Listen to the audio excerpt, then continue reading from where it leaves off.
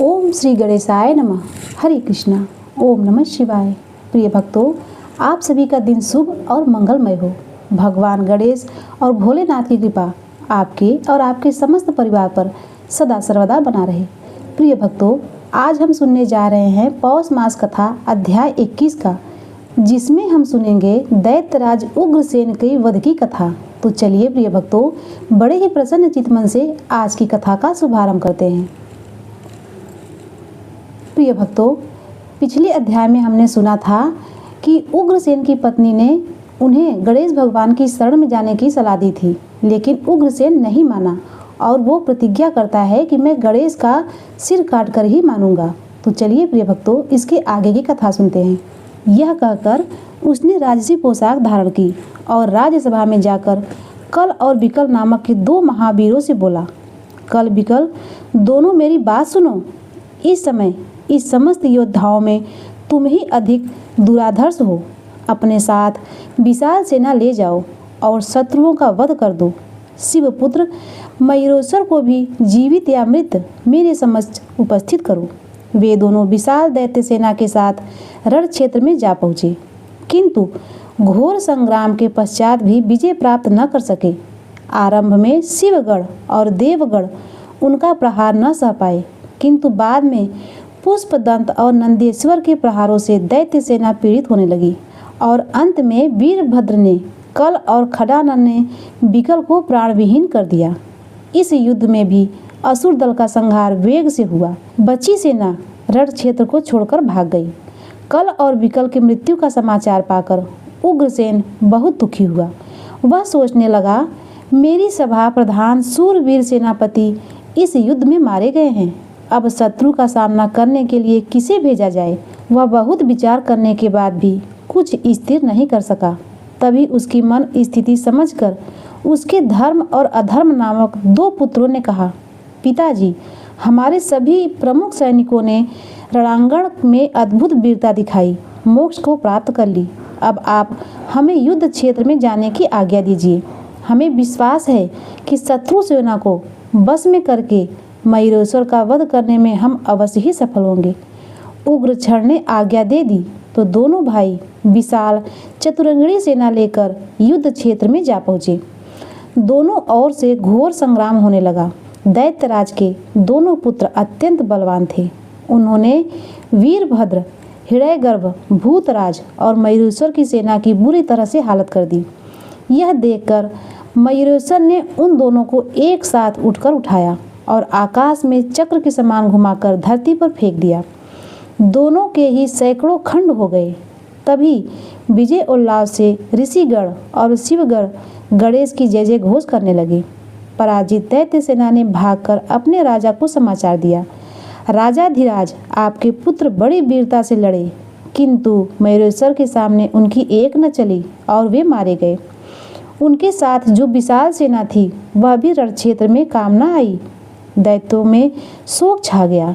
रानी दुर्गा ने सुना तो राज्यसभा में ही जाकर रोती हुई बोली, प्राणनाथ, मेरे पुत्रों को आपने मुझसे बिना पूछे ही रण क्षेत्र में क्यों भेज दिया। यदि वे मेरा आशीर्वाद लेकर जाते तो उन्हें विधाता भी नहीं मार सकता था। दैत्यराज ने उसे बहुत प्रयत्न से समझाकर अंतपुर में भेजा और स्वयं वीर वेश धारण कर विशाल असुर सेना के सहित रणांगण में जा पहुंचा और उसने तुरंत ही मारकाट आरंभ कर दी। अनेक शिवगण काम आ गए। वीरभद्र ने मयूरेश्वर से कहा, प्रभो, उग्रसेन पुनः आकर भीषण संग्राम में प्रवृत्त है। इस बार तो बहुत ही उग्र हो उठा है। आप स्वयं उसका निवारण कीजिए। गणेश्वर ने अपने वाहन मयूर को बुलाया और उस पर आरूढ़ होकर दैत्यराज के समक्ष पहुँचे। उग्रक्षण ने माया का आश्रय लिया तो मयूरेश्वर ने उसकी समस्त माया नष्ट कर दी और फिर उसके अनुयायी असुरों का संहार प्रारंभ कर दिया। धीरे धीरे विशाल दैत्य सेना समाप्त हो गई। मयूरेश्वर के प्रहार के समक्ष उग्रक्षण का पौरुष काम न आ सका। वह रण क्षेत्र से भागकर अपने भवन में जा पहुंचा। इधर विजयी शिवगण अपने स्थान पर आ गए। शिवा ने मयूरेश्वर से विश्राम करने का आग्रह किया। तभी देव ऋषि नारद बोल उठे, माता पार्वती जी, मुझे यहाँ पड़े पड़े बहुत दिन व्यतीत हो गए हैं। पूजा पाठ, भजन आदि नित्य कर्म भी मैं ठीक प्रकार से नहीं कर पाता। अभी भी उग्र क्षण का वध शीघ्र संभव नहीं लगता, और जब तक उसका वध नहीं होगा तब तक देवगण मुक्त नहीं होंगे और न गणेश जी का विवाह ही हो पाएगा। इसीलिए मैं तो अब यहाँ से जाने की आज्ञा चाहता हूँ। तभी नंदी आदि ने कहा, देव ऋषि, आप तो सर्वगुण संपन्न हैं, फिर भी गणेश्वर की महिमा से अनभिज्ञ क्यों हैं? आप शीघ्र ही दैत्यराज का वध हुआ देखेंगे। मुनि बोले, मैं तो तभी समझूंगा जब उनका वध हो जाएगा, अन्यथा अनुमान कितने ही लगाते रहो। तब स्वयं गणेश्वर ने कहा, मुनिवर, मैं आपका मनमंत्र समझ गया हूँ। विश्वास कीजिए कि मैं अब बिना अधिक विलंब किए असुरपति का वध अवश्य ही करूँगा। नारद जी चुप हो गए। मयूरेश्वर ने शिवगणों को आज्ञा दे दी, आज ही गंडकी नगर पर आक्रमण कर दिया जाए। आदेश सुनते ही समस्त सेना ने प्रस्थान कर दिया। युद्ध के बाजे बजते जा रहे थे और वीर गर्जना करते जा रहे थे। इस कारण समस्त धरती और दिशाएं कंपायमान हो रही थी। समस्त सेना तीव्र गति से गंडकी नगर में जा पहुंची तथा मयूरेश्वर के चारों गढ़ राक्षस राज के दुर्ग पर जा चढ़े। इस समाचार को सुनते ही उग्र क्षण कांप उठा। उसकी समझ में नहीं आ रहा था कि अब किस प्रकार बचाव किया जाए। तभी उसकी सहधर्मणी पत्नी ने रोते हुए कहा, स्वामी, आपने मेरी बात नहीं मानी। यदि मान लेते तो ऐसा विनाश नहीं होता। दोनों पुत्र मारे गए और समस्त सेना नष्ट हो गई। अब आपके अपने प्राण पर बन आई है। अब भी समय है, अपने प्राणों की रक्षा तो कर ही लीजिए। फिर भी नहीं मानना चाहते तो चिंता करने से कोई लाभ नहीं होगा।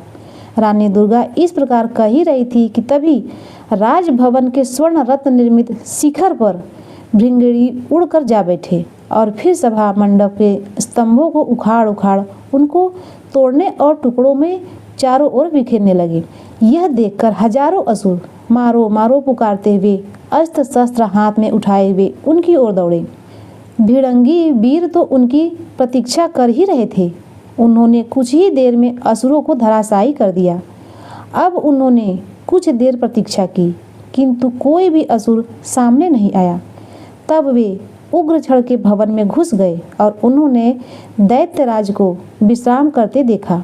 वह सोने का बहाना बनाकर नेत्र मूंदे पड़ा था, इसीलिए उन्होंने उसके कान और केस खींचने के आरंभ कर दिए। विवश हुआ दैत्यराज उठकर बाहर आ गया और उसने भिड़ंगिणी गणों को अपने आघातों से व्याकुल कर दिया। शिवसेना बहुत आगे बढ़ आई थी। उग्र क्षण ने भी भयंकर युद्ध कर सेना को पीछे हटने को विवश कर दिया। तभी सहसा उसे मयूरेश्वर की विराट रूप के दर्शन हुए। उनका मस्तक अंतरिक्ष में, चरण पाताल में तथा कान सब दिशाओं में फैले हुए थे। उनके 1000 मस्तक, 1000 नेत्र, 1000 हाथ और इतने ही चरण थे। इस रूप के दर्शन करके उसे भगवान भास्कर के वे वचन याद आ गए जिनके अनुसार ऐसे ही दिव्य पुरुष के द्वारा मृत्यु होनी थी। वह समझ गया था कि अंतकाल समीप है। फिर भी उसने समर्पण की अपेक्षा युद्ध करना ही उचित समझा और भयानक अस्त्रों से प्रहार करने लगा। किंतु मयूरेश्वर ने उसके सभी शस्त्रास्त्र काट गिराए। अब वे मयूर से उतरे और उन्होंने पवित्र जल से आचमन करके अमृत बीज युक्त मंत्र का जप करते हुए अत्यंत तेजस्वी परशु को अभिमंत्रित किया तथा दैत्यराज के सामने जाकर उसकी नाभि पर प्रहार किया। तब अपने घोर शब्द द्वारा त्रैलोक को गुंजाता हुआ वह परशु नाभि में जा घुसा, जिससे अमृत स्थली ध्वस्त हो गई और वह तुरंत ही धराशायी हो गया। दैत्यराज के मरते ही सर्वत्र उल्लास छा गया। मुनिगण, देवगण आदि सभी निर्भय हो गए। आकाश में अप्सराएं नाचने और पुष्प वर्षा करने लगी। सभी दिशाएं स्वच्छ हो गई। धरती फूल उठी। देवता, ऋषि, मुनि आदि सब मयूरेश्वर की स्तुति करने लगे। जो प्रभु पर ब्रह्म, चिदानंद, सदानंद स्वरूप, सभी देवताओं के अधीश्वर, परमेश्वर, गुणों के समुद्र एवं गुणों के स्वामी, किंतु गुणों से परे हैं, उन आदि देव परमात्मा मयूरेश्वर को हम नमस्कार करते हैं, जो संसार भर के एकमात्र वंदनीय, एकमात्र ओमकार, गुणों के परम कारण, कल्प रहित, विश्वपालक, संहारक और उद्धारक करने वाले हैं। उन आदि देव मयूरेश को हम नमस्कार करते हैं। हे गजानन, हे गणराज, वस्तुतः हम आपके योग्य सुंदर स्तवन में समर्थ नहीं हैं। आप समस्त गुणों के भंडार और संपूर्ण विश्व में प्रेम पात्र हैं। आपके गुणों का वर्णन करने में हमें शक्ति नहीं है। आप संसार रचना का क्रम समुद्र के समान अपार और अकथनीय है। हे प्रभु, आपने अपने वचन का निर्वाह कर दिया है तथा समस्त दैत्यों का संहार कर देवताओं और ऋषि मुनियों को सुखी बना दिया है। स्तुति करके देवगण अपने धाम को चले गए। इधर अपने पुत्र मयूरोज के द्वारा दैत्यराज के मरने का समाचार सुनकर माता पार्वती अत्यंत आनंदित हो उठी। शिव जी के साथ वे तुरंत अपने पुत्र के पास पहुंची और उन्हें अपने हृदय से लगा लिया। शिवगण मयूरोज का जयघोष करने लगे। उग्र क्षण की मृत्यु का समाचार मिलते ही माता पिता छाती पीटने लगे। रानी दुर्गा के करुण क्रंदन से दैत्य नगरी में सर्वत्र शोक छा गया। दैत्यराज के लिए चंदन चिता तैयार की गई और रानी दुर्गा भी अपने पति के साथ सती हो गई। तदुपरांत उग्र क्षण के पिता चक्रपाणि उस नगरी में राजा हुए। विष्णु आदि सब देवताओं को मुक्त कर दिया गया तथा भगवान मयूरेश्वर की सेवा में उपस्थित होकर उनकी स्तुति की और फिर निवेदन किया, प्रभु, आप ही समस्त चराचर विश्व में उत्पत्ति, पालन और संहार करता है। आपकी माया से मोहित हुए जीव आपको जान नहीं पाते। आज आपके दर्शनों का सौभाग्य हमें प्राप्त हुआ है। इस कारण हमारा जीवन सफल हो गया है। मयूरेश्वर ने प्रसन्न होकर कहा, राजन, तुम्हारे पुत्र को मैंने विवश होकर मारा है, परंतु उसे मोक्ष की प्राप्ति हो गई है। मैं तुम पर प्रसन्न हूँ, इसीलिए इच्छित वर मांग लो। चक्रपाणि बोले, नाथ, यदि आप प्रसन्न हैं तो मेरे भवन और नगर को पवित्र करने की कृपा कीजिए। प्रार्थना सुनकर मयूरेश्वर अपने गणों के सहित गंडकी नगर में पधारे, जहाँ राजसभा में विद्यमान सभासदों प्रजाजनों मुक्त हुए। विष्णु आदि देवताओं ने उनका स्वागत किया। वे स्वर्ण रत्न निर्मित भव्य सिंहासन पर विराजमान हुए, अत्यंत शोभायमान प्रतीत होते थे।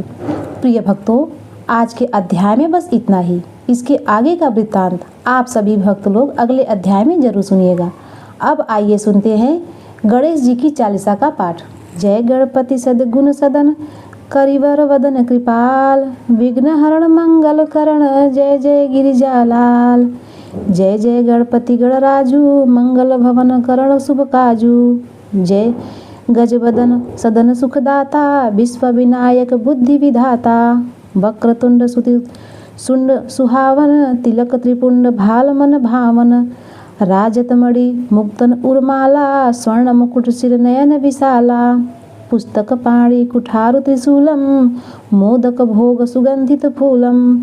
सुंदर पीताम्बर तन साजित, चरण पादुका मुनि मन राजित।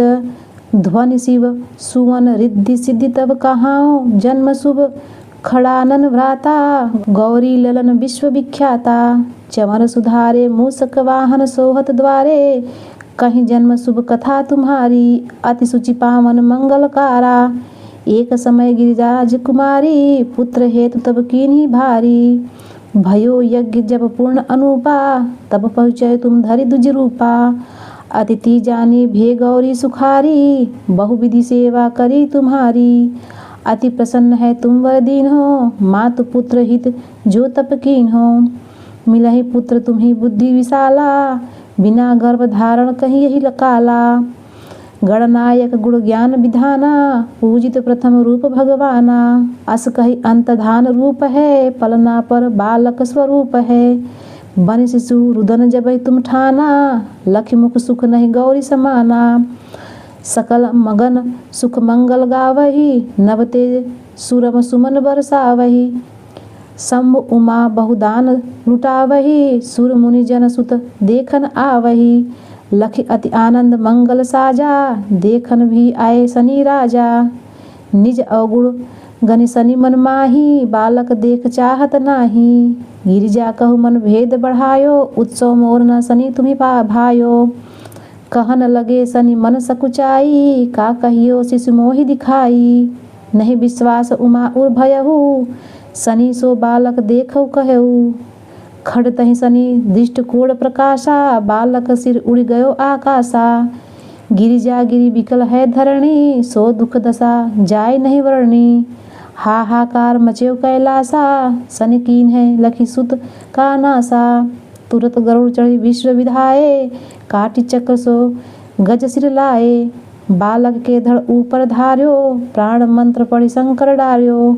नाम गणे शंभु तब कीन है, प्रथम पूज्य बुद्धि निधि वर दीन है। बुद्धि परीक्षा जब शिवलीन ही, पृथ्वी कर प्रतीक्षा चले खडानन भर भुलाई। रचे बैठी तुम बुद्धि चरण मात, पित के धर लीन है। तिनके साथ प्रतीक्षा कीन है, उपाय कीन है। धनी गणेश शिव हित हो, नभते सुरवन सुमन बहु बर्थ्यो। तुम्हारी महिमा बुद्धि बढ़ाई, शेष सहज मुख सके न गाई। मैं मतिहीन मलिन दुखारी, करहूँ कौन विधि विनय तुम्हारी। भजत राम सुंदर प्रभु दासा, लग प्रयाग कर का दुर्वासा। अब प्रभु दया दीन पर कीजे, अपनी भक्ति शक्ति कछु दीजे। दोहा।